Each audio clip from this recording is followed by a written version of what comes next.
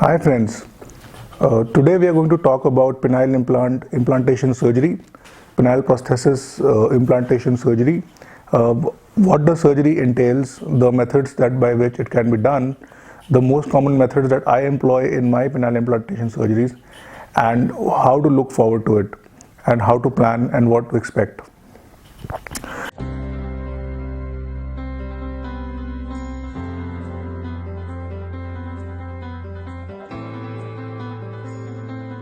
So penile implants, as I discussed in a previous video, are basically artificial cylinders containing water which are implanted into the penis, and these cylinders can be engorged with water on demand for an on-demand erection in men who have had erectile dysfunction for a prolonged period of time and have not been now benefiting from medical therapy or from vacuum erection devices or other non-invasive methods.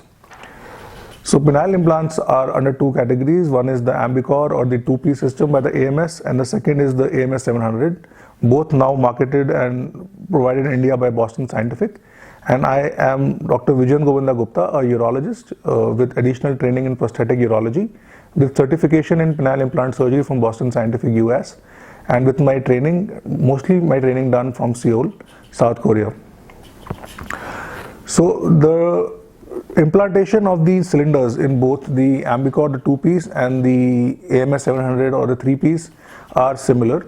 The cylinders are placed into the corpora or the two vasculogenic natural erectile cylinders of the penis, which have now lost their ability to get erect due to a vasculogenic reason or any of the other reasons. So the implantation of the cylinders can be done either by the infrapubic approach, in which the incision is made just below the pubic. So this is usually done in those cases where a lengthening procedure can also be combined along with the implant surgery. Or the access, which is the most easiest, which is the most commonly done, is the penoscrotal approach, in which incision at the base of the penis allows adequate exposure to both the scrotum to place the pump, to the corpora or the crura to place the cylinders, and also provide in the three-piece an option to go into the superficial inguinal ring to puncture it to place the reservoir into the preperitoneal space. So the surgeries of the penile implantation procedure is done under anesthesia. So most commonly used anesthesia for this surgery is spinal anesthesia, in which after the anesthetic dose is given, the patient has no sensation below the umbilicus, so he is not able to feel the slightest of pain during the implantation procedure. Implantation procedure under local anesthesia has also been described and also been published.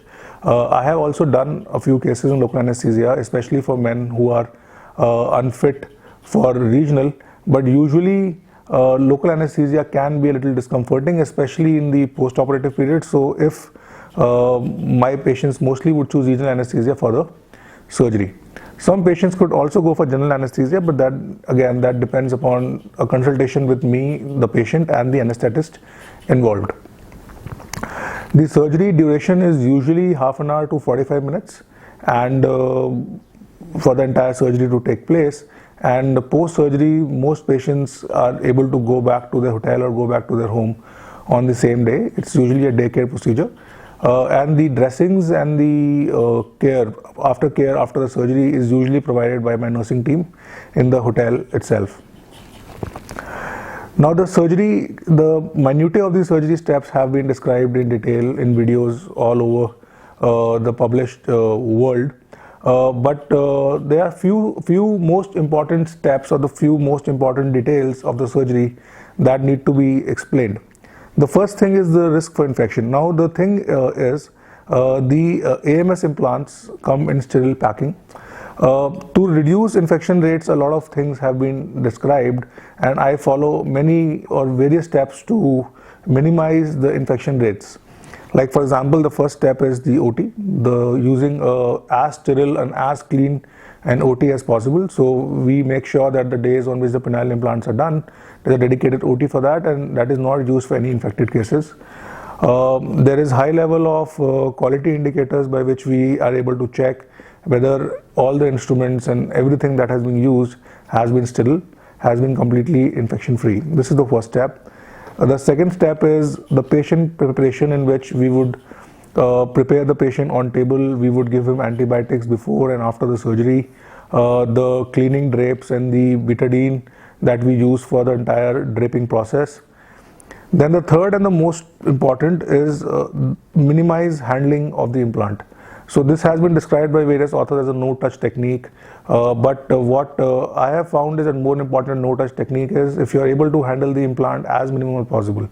That means that if you are able to avoid bleeding, you are able to give accurate cuts, you are able to dilate the corpora well, so that the real handling of the implant is as minimized as possible. You're not struggling with putting in the implant into the penis. That really reduces the infection rates. Apart from that, AMS now coats its implants with antibacterial solution by dipping them in the antibacterial solution before placing, because these implants now have a covering which are able to bind to this, and this has also found to reduce infection rates to a great extent.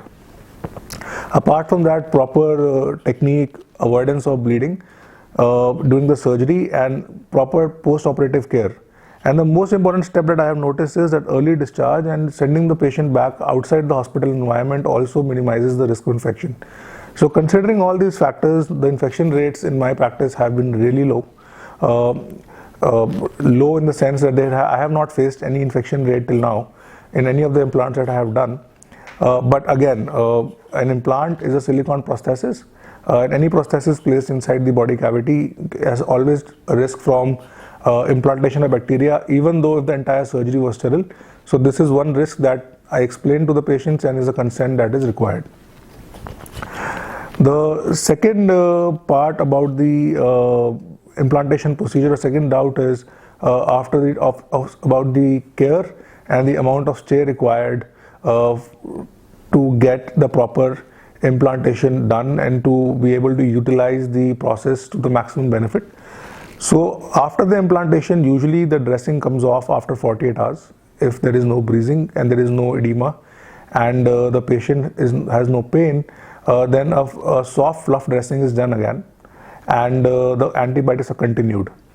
Usually the implant would be sent in a semi erect state to be deflated and to be cycled after 48 hours period to prevent to provide a tamponading effect as well as to prevent any bleeding in the crural region. Usually after the surgery, after usually 10 to 12 days, once the sutures and the wound have been healed, the patient is taught how to cycle his implant. He is trained in the manual dexterity and the ability to identify the pumping mechanism, to identify the deflation mechanism, and to be successfully able to cycle his implant himself under my care. Once that component is done, the patient is usually fit enough to resume his sexual activity within a period of 15 to 21 days. Some of my patients who have had an implant before, for whom we have done a revision surgery, or who are looking to get a new implant, would travel back to the native place once the sutures have healed well. So usually the stay in New Delhi, India would be of approximately 7 days to 10 days duration.